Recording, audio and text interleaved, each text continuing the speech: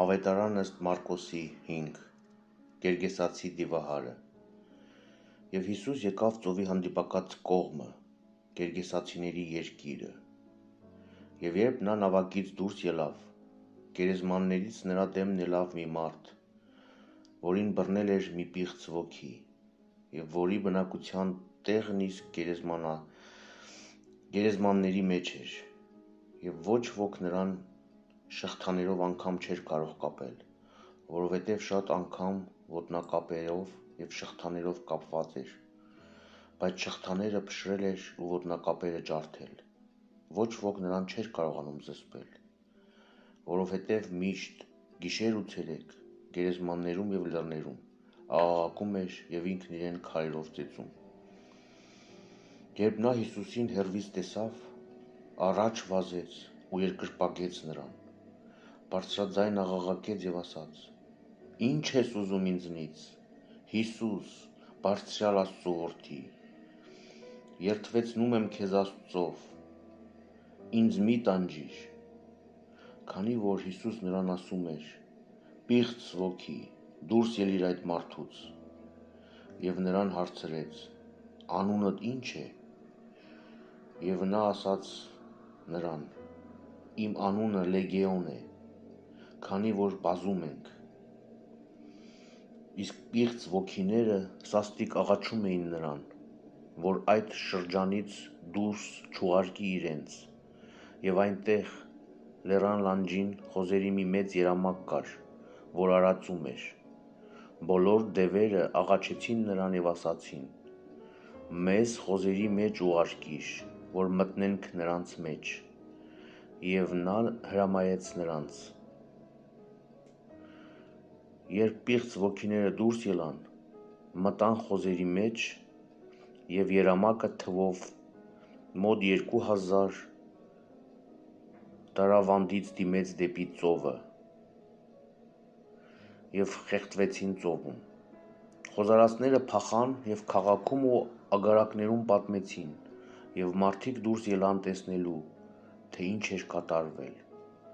Եկան Հիսուսի մոտ և տեսան դիվահարին, որ նստել էր, հագնված ու զգաստացած, նրան, որ Լեգիոն ուներ, և զարհուրեցին։ Եվ ովքեր որ տեսել էին, պատմեցին նրանց, թե ինչ պատահեց այս ահարին և ինչ խոզերին։ Եվ սկսեցին աղաչել Հիսուսին, որ հեռանա իրենց սահմաններից։ Եվ երբ նավակ մտավ, դիվահարը նրան աղաչում էր, որ նրա հետ լինի, բայց Հիսուս նրան թույլ չտվեց, այլ ասաց. «Գնա քո տունը հարազատներիդ մոտ և պատմիր նրանց այն ամենը, ինչ Տերը քեզ արեց, և թե ինչպես խղճաց քեզ»։ Եվ նա գնաց ու սկսեց տարածել Դեկապոլսում, ինչ որ Հիսուս իր համար արել էր, և ամենքը զարմանում էին։ Հայրոսի աղջկա հարությունը և տեռատես կնոջ բժշկումը։ Եվ երբ Հիսուս նավակով նորից ծովի մյուս կողմն անցավ, նրա մոտ հավաքվեց բազում ժողովուրդ,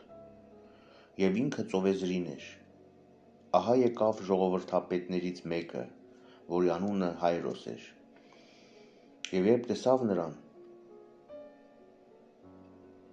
նրա ոտքերն ընկավ, սաստիկ աղաչում էր նրան ու ասում, որ իր դուստրը մահամերձ է, և որ նա գա ու նրա վրա իր ձեռքը դնի,